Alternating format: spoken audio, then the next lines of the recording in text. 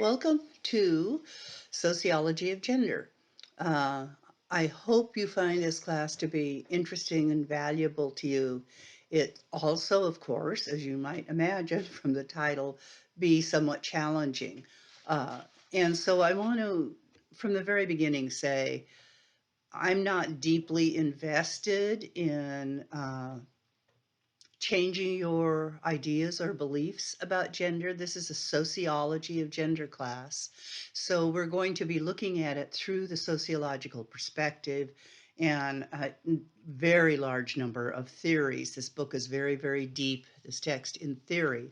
But I really want to just let you know that take, you know, try and be as open-minded as you can be and work through it with me in the lectures and reading the texts and doing the work as best you can. And I hope very much that you gain something from it that is worthwhile to you, some new perspectives or some new way of thinking about things. So the first question your chapter opens with, chapter 1, is what is gender and why should we care about it? And also, as I just said, that learning about gender involves learning about yourself and your own life, because we are all dealing and have gender uh, perspectives. All of us do. We've all been socialized into gender in some way or another, which one of the chapters addresses.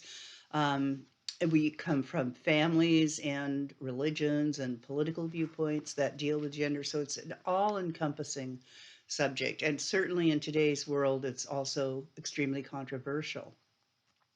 So I want to make a disclaimer here too before we, if that wasn't enough of a disclaimer, before we get into this a little bit more deeply, and that is that this text and all new gender theory in academics um, almost completely, discounts biology in the process. We discuss biology, especially in this chapter, um, and but it's other types of perspectives that seem to have taken precedence in the last generation, maybe less, in thinking about gender.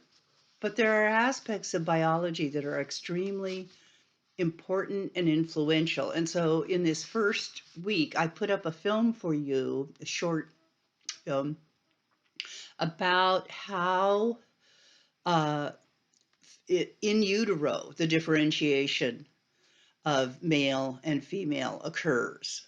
That doesn't mean that that's always comes out exactly as it should, as we'll discover and you probably know, but what the basic process is so that you understand that. And that basically until about the 8th week or so, uh, the it's basically a female hormonal process. It's XX, and then it has to change about the 8th week. You'll see that in the film into XY for a male fetus. So that's the main disclaimer I wanted to make. So one of the first points that this chapter 1 brings up is this section on swimming with the fishes and learning to see gender. And the whole idea in sociology of swimming with the fishes is that a fish isn't aware that it's in this milieu of water that surrounds it. So the milieus that we are surrounded by, the ideas, the concepts, the society, the culture, we're not necessarily very highly conscious of that and how they affect us and how they work. So that's what this section is about, is uh, swimming with the fishes, learning to see gender, learning to actually see it. And as they point out, most of us, the text points out, your author, most of us can identify someone's gender with a fairly high degree of certainty. Um, but occasionally that's not necessarily so.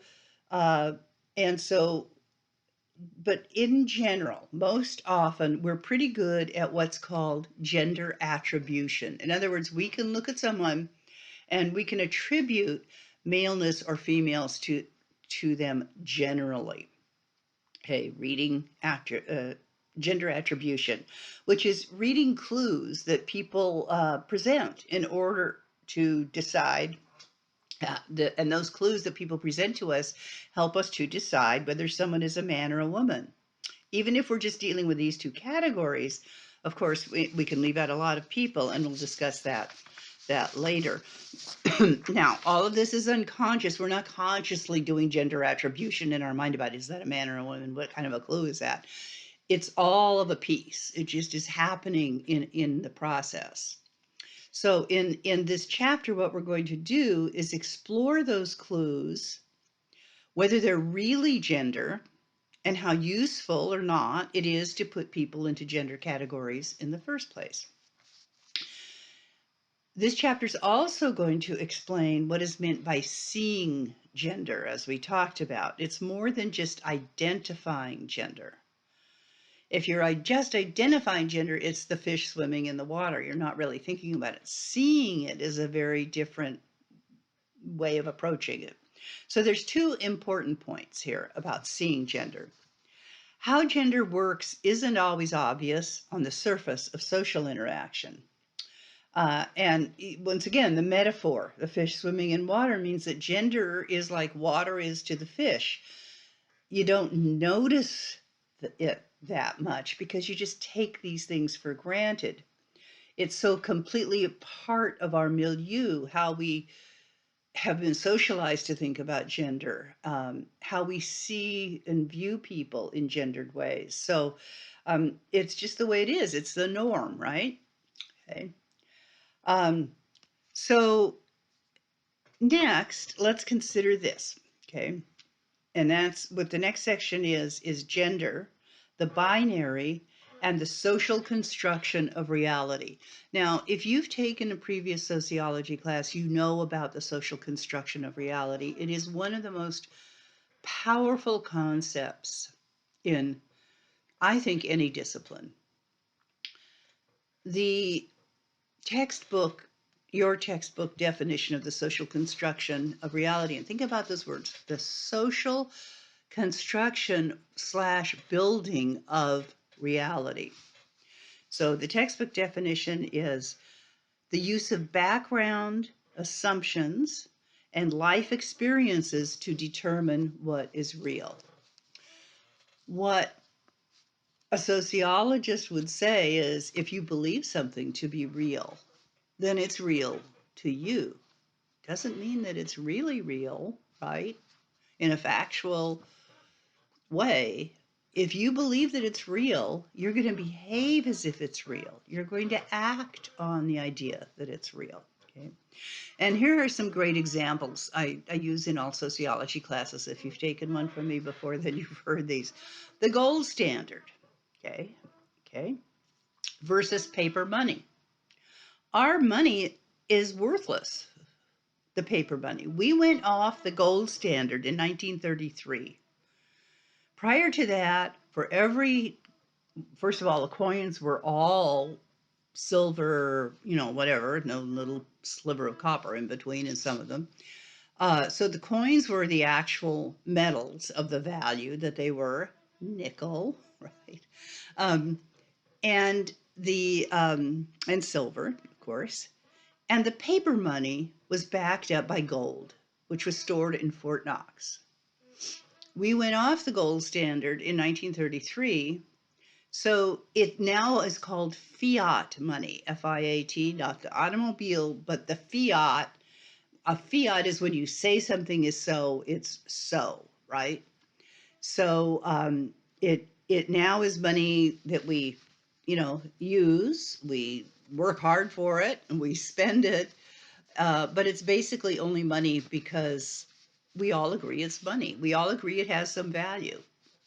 But the paper is actually, in some currencies is worth more if it's silk and fine inks and all of that than the actual paper. Another another social construction of reality is daylight savings time. What time is it? What time is it? Okay. while I'm recording this, it says it's 10:17, but a couple of weeks ago, what time was it at this same time? It was 9:17. Nothing's changed on the planet or in the universe in terms of the sun or light or any of that. Only we decide, and not every state does. There's 2 states in the US, I believe it's Alaska and Arizona, that don't have daylight savings time. There are a lot of countries that don't. It was a wartime measure in World War II, and we never went off it. But whether it's, quote, real or not, we have to consider it reality. Otherwise, you'd be late to everything, right? Okay. So that's what the social construction of reality means. So you can think about that when you think about things that we take for granted that are real.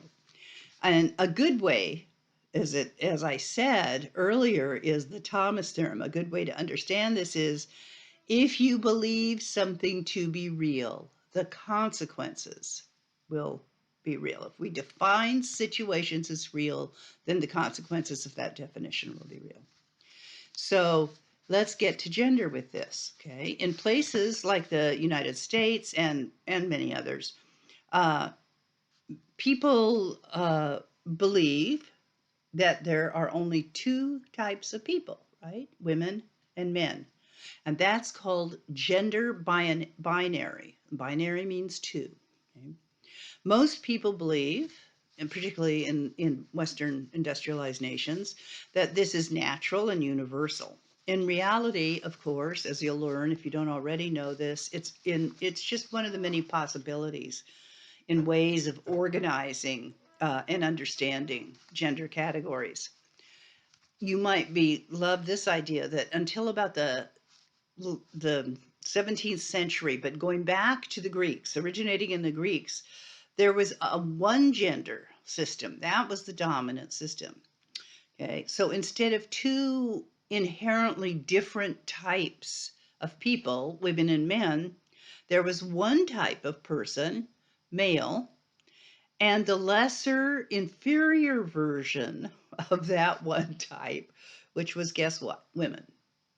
Okay, so in that kind of a gender concept, gender unitary rather than gender binary.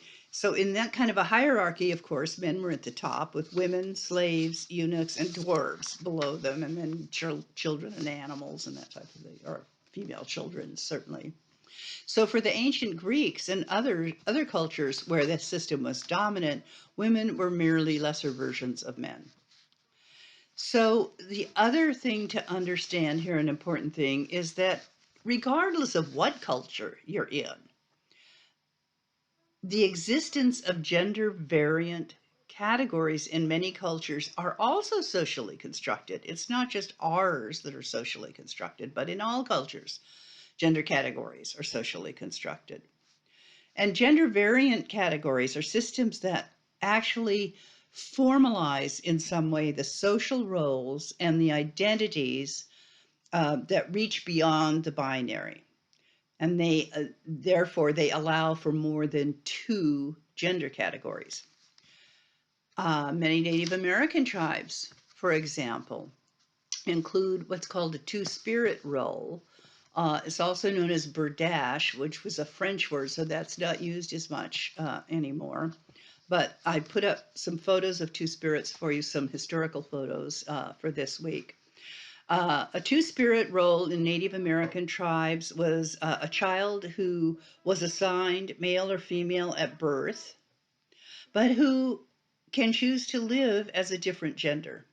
They're not quite men and they're not quite women, but they are living in the social roles of a different gender. Okay, and so that allows for a third option in the gender system. There are similar systems in other cultures and differing ones that allow for other genders categories in different cultures as well. So what that demonstrates is that the gender binary system is as much and possibly even more socially constructed. Um, than many other systems. And actually, in some cases, it may be more socially constructed than biological reality. But because our, in this country and culture and other Western industrialized nations, because the belief in the binary model is so very strong, especially in the US, there's often hostile attempts to control and patrol sexuality and to enforce the binary model. And we're certainly experiencing that as we speak right now. Because it's such a threatening idea to the social construction of reality that it has to be enforced in some way by those who believe that that binary model is real. And that's partly what's at stake in the battles over the rights of transgender, non-binary, and other gender non-conforming peoples that we're seeing today as well. So in this text, there's two specific methods that are used to study the social construction around us. The first one is a historical approach, because if you look back in history, what everyone considered to be reality, you can see that it was socially constructed, right? It helps us to understand that much of today's belief systems are socially constructed. So when you take the historical approach, it helps us see that what makes certain things appear to be real, and that it seems like they've always been that way and they always will be that way. You look back and you go, well, no, that's not true. It wasn't always that way. So a historical approach helps us to see that's very often not the case. Like the idea of the gender systems that we previously talked about, the one gender system or the two spirit system. And the second approach, so the first one's historical, right, to understanding the social construction around us. The first one's historical. The second approach is to understand that social construction is cross-cultural, which we addressed a few minutes ago. So i.e., if you believe something is real in your culture, it's seen as ridiculously impossible or even preposterous in another culture than what's real. Okay?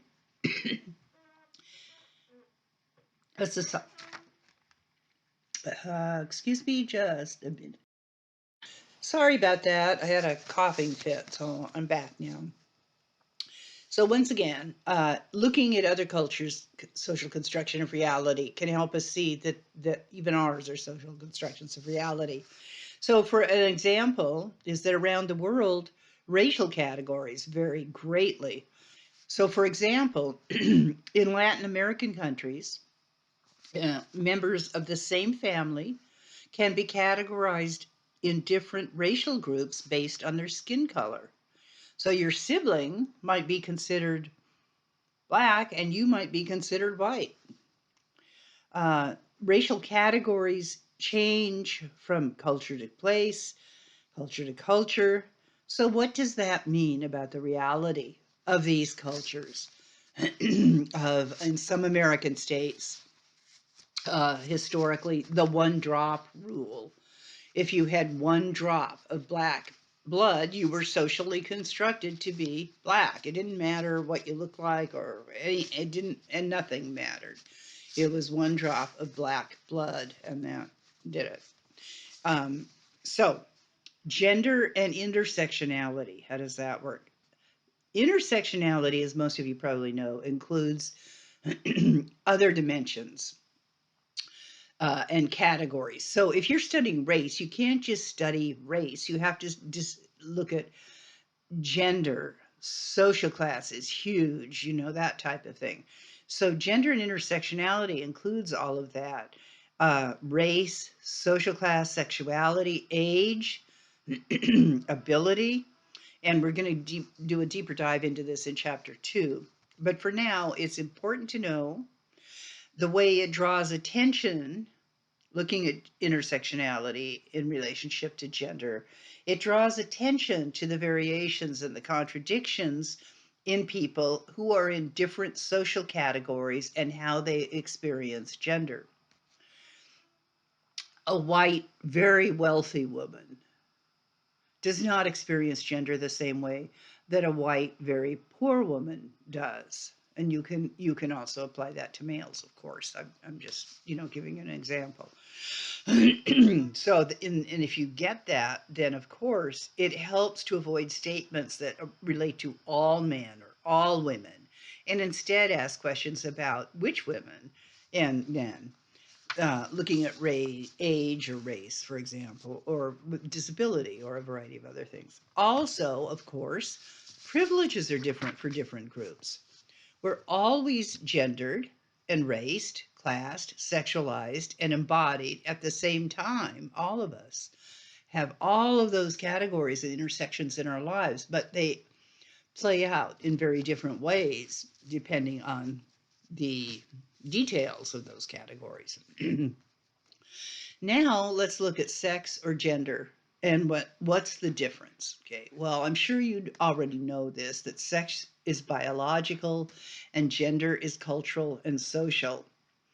Um, Once again, I want to reiterate that this very newest way of thinking about these issues does not emphasize the biology, the biological aspect of it. And we'll get into that a little bit more later, but I just want to explain that, um, because, one of the things, what am I saying here? Oh, I see. One of the things that's important here is that, for instance, with biology, we all have male and female hormones. All of us do, right?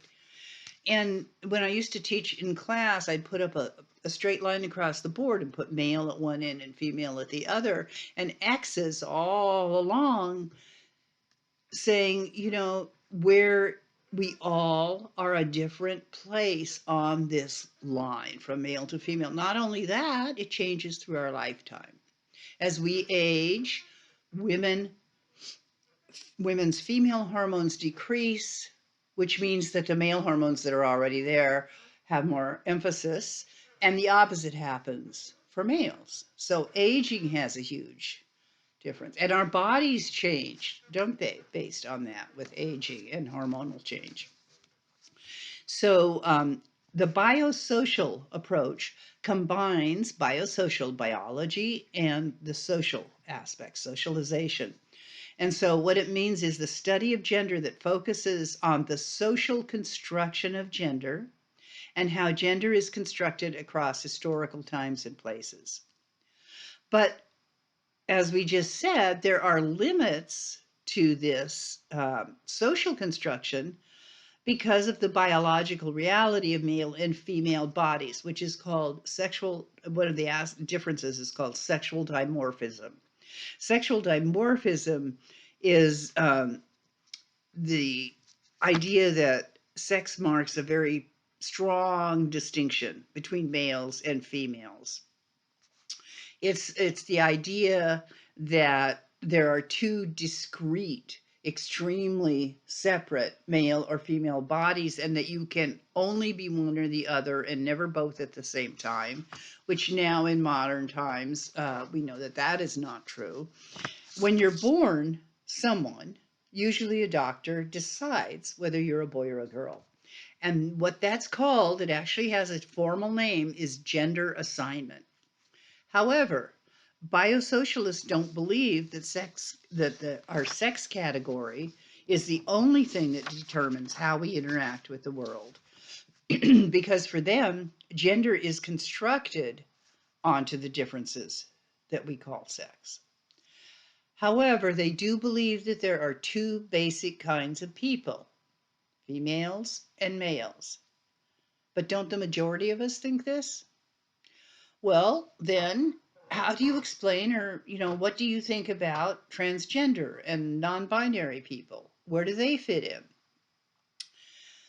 Let's think about what we see of sex categories in our everyday lives. One is the shape of people's faces and their bodies. If someone has breasts, for example, does that mean a woman? Is that a valid criterion? Except some men have breasts, especially when they age, right? The bro bra on Seinfeld. What about facial hair? Changes over the lifespan uh, increase facial hair for women, for instance. What about the Adam's apple? That's a biggie. But in both its discipline and what we're discussing here about understanding gender, but also it's bigger. Men's Adam's apples are bigger, but of course that's not true of every man. It's true of most men, but not all men. And some women have them, not many, but a few, a very distinctive Adam's apple. And it's I find this interesting because many years ago when I was in college, long before there was much discussion about transgendered people or a variety of other things having to do with gender, in the women's bathroom, I was in the women's bathroom at the college with another older woman, and we nodded and smiled at each other in the mirror as we were washing our hands. And I happened to notice her Adam's apple was quite large. And as I walked out of the bathroom, the light bulb went off that this was a transgender person.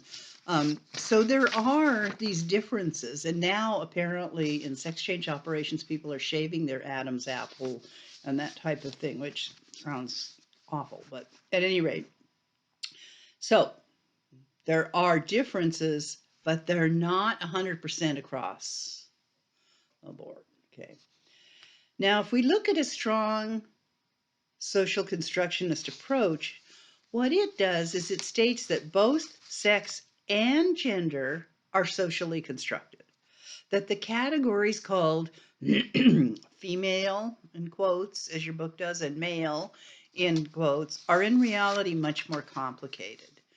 In other words, the sex category itself is socially constructed. And therefore, it's culture that dictates how we understand sex. So let's go back to the two spirits of the Native Americans again. They understood that people who wanted to live as the opposite sex in a completely different way than we do. They just, or did historically, they incorporated it into their culture. Often those people were very honored. They were very spiritual people. So let's look at gender and bodies. There's many areas of evidence that suggest that support this perspective. The first is the way in which biological differences can be influenced by social reality. For example, men on the average have 20 or 30% greater bone mass and strength than women, but there's a lot of overlap there. That's not a definitive line in the sand. And we'll learn more about that in chapter 3. The differences in an average population in this bone mass of difference between males and females appear only after puberty and after menopause for women, where it decreases bone mass. So the research shows that about between 10 to 50% of the differences in terms of bone mass and size and all of that are actually due to lifestyle choices like diet, physical activity, smoking, etc., rather than genetics. So those are body size differences between males and females. So even 10% explains a lot of the difference that is not just genetic, it's lifestyle, but 50% is huge. It makes a huge difference. What about brain differences? Well, it's true there are some differences, but it's difficult to tell if they're genetic or shaped by the environment, including the social environment. The same complexity occurs with hormones, which are often believed to be a biological identifier of sex category. But interestingly, I love this part. It was so interesting. They can change too, okay? The hormonal level of both males and females. And this is the part that's so interesting. Men's testosterone levels decrease if they are in close relationships with women and actively involved with children. Now, isn't that interesting? Also, men's testosterone levels can drop by being suddenly positioned below others in a hierarchy. And the examples they give are the beginning of boot camp. Okay, that's correlated with a drop in testosterone that can last for weeks. So that kind of research suggests that the relationship between the biological body and the social world is very complicated and very interactive. So to summarize, our social beliefs and behaviors can have a crucial impact on our bodies, our bones, our brains, hormones, and muscles. Now, the second type of evidence for the very strong social constructionist approach is intersex and the social construction of sex. So, if we accept the claims of sexual dimorphism, dimorphism means literally two shapes, there should be some universal criteria for sorting everyone into a sex category. However, not everyone easily fits into the categories of male and female. Some people are both. For example, intersex people, where do they fit? Infants born with congenital hyperplasia have XX chromosomes, female, but masculinization of their anatomy, of their sexual anatomy. And of course, these infants are usually, quote, changed through surgery to appear as either male or female.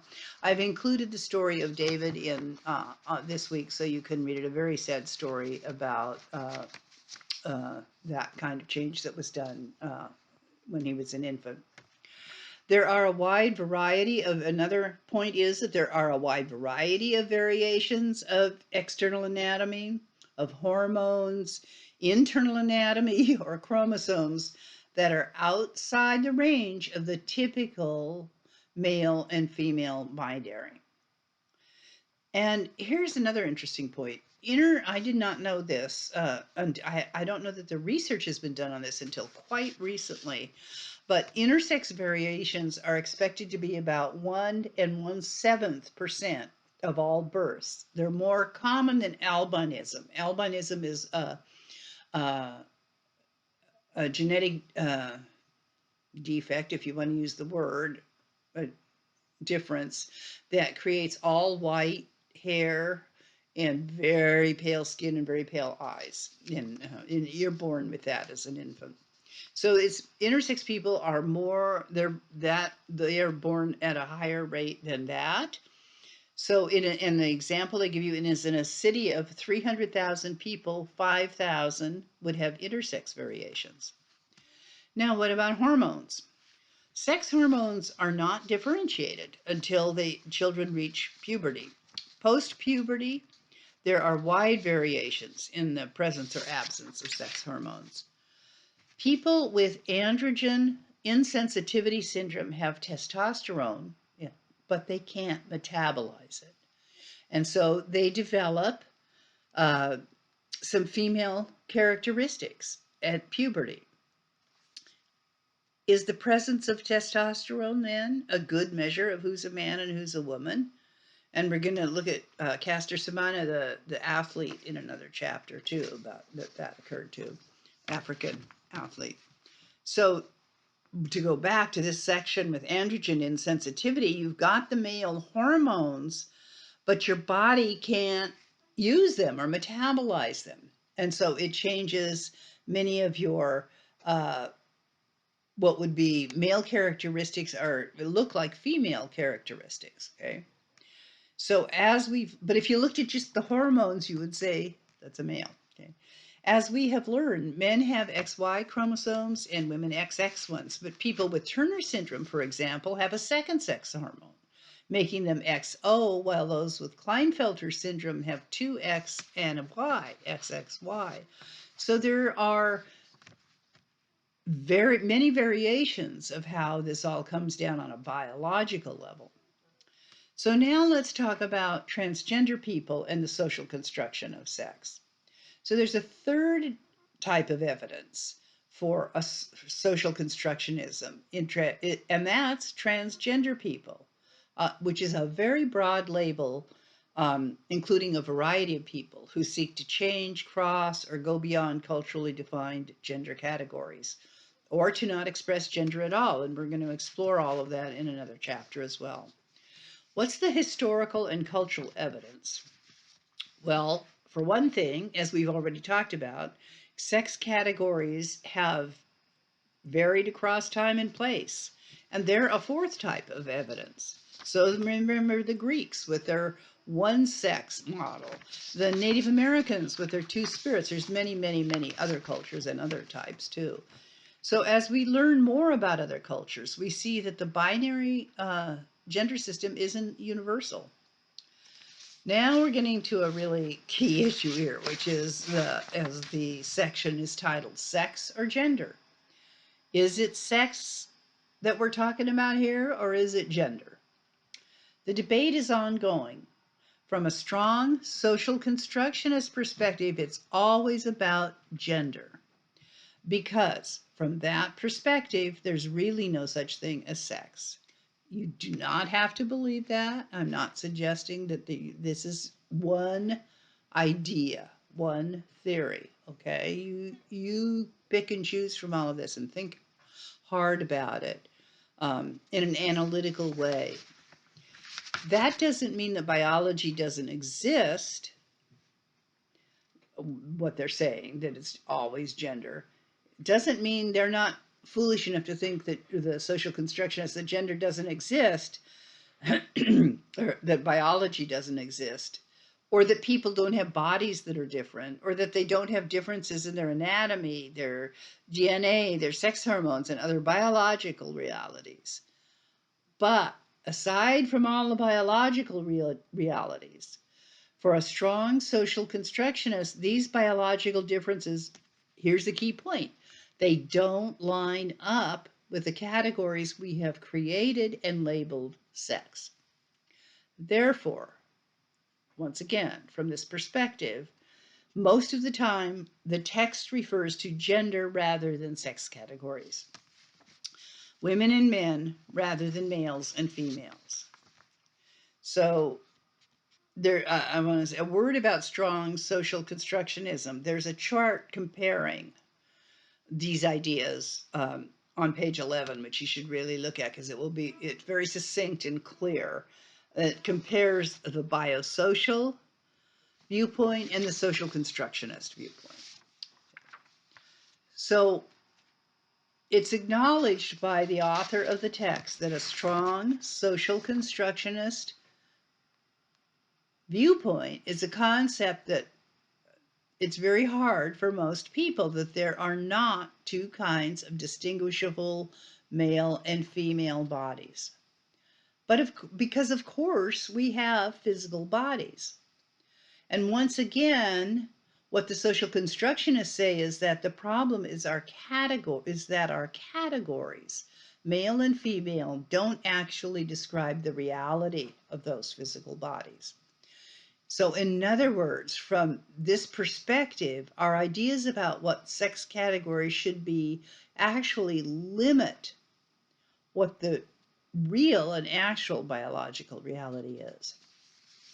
All right, we're getting to the end, and the question that we opened with this chapter comes up again. So why study gender? Because it matters, and I added so very, very much, because as I said in the beginning, we are all immersed in it. It affects our lives in so many ways, and it's crucially important. The content and journey of this text is summarized with three main goals. Okay. First, to build an understanding of the ways in which gender is socially constructed in global, historical, and intersectional contexts. What that means, actually, is learning that gender varies a lot based on where, when, and who you are. Okay, that is probably the key point to this whole text. Second, exploring ideas about what is, quote, normal or abnormal in regard to gender by looking at it globally and by being intersectional through the experiences of people of color, gay and lesbian people, transgender people, and working class people. Because of this goal, the particular language we use is important. You will see the word Western applied to ideas and concepts throughout the book. What does that mean? In this context, the word Western assumes a geographic centering, but also an economic and a social one. So societies are Western if they see Europe as the center of the world, and the term derives from a colonial philosophy. We are definitely a Western country, okay? All of the ideas that this country was built on, everything came, of course, from Europe, from England primarily. And third, understanding gender as a system of inequality. Just because it's socially constructed, that makes it sound like, well, it's just an idea that somebody thought up, right? The consequences are real, as we talked about, okay? So understanding gender as a system of inequality, because just because it's socially constructed doesn't mean it doesn't have major consequences. Remember the Thomas theorem? If you believe something to be real, the consequences will be real. If you believe women are inferior to men, women will be oppressed. There's an example, okay? What we believe about gender distributes power to people. It may also cut across the lives of many men. Think about men, the ideas about men and this sacrifices they have made being sent to war, okay? That type of thing. So they can cut short the lives of men. They can cause some women to live with fear of physical assault. How much money you make depends so often on your gender, or that's one powerful aspect of it, and many, many more examples we could give. So this understanding gender as a system of inequality it can also help some and hurt others. But it's a system that distributes privilege. Gender can negatively affect everyone at some point in their lives. So gender is a system that distributes privilege to one degree in one area or another, okay? And that can negatively wind up affecting everyone at some point in their lives. Males and females, men and women, every other category in between. And that's the answer to why study gender. It's the first step towards deciding what needs to be changed and then taking action. All sociology, and I added this because I teach these classes, all sociology and anthropology classes do this to one degree or another, in that you begin to see a macro picture and how these different aspects of society and culture, in this case, gender ideologies, create various sorts of inequalities and difficult situations for people. And what are you going to do about it? What are we going to do about it? How much are we going to learn, be able to change our minds, apply what we know in our personal and public lives, that type of thing. So that's why I study gender. And that is the end of chapter 1. And we're going to move on to chapter 2 now.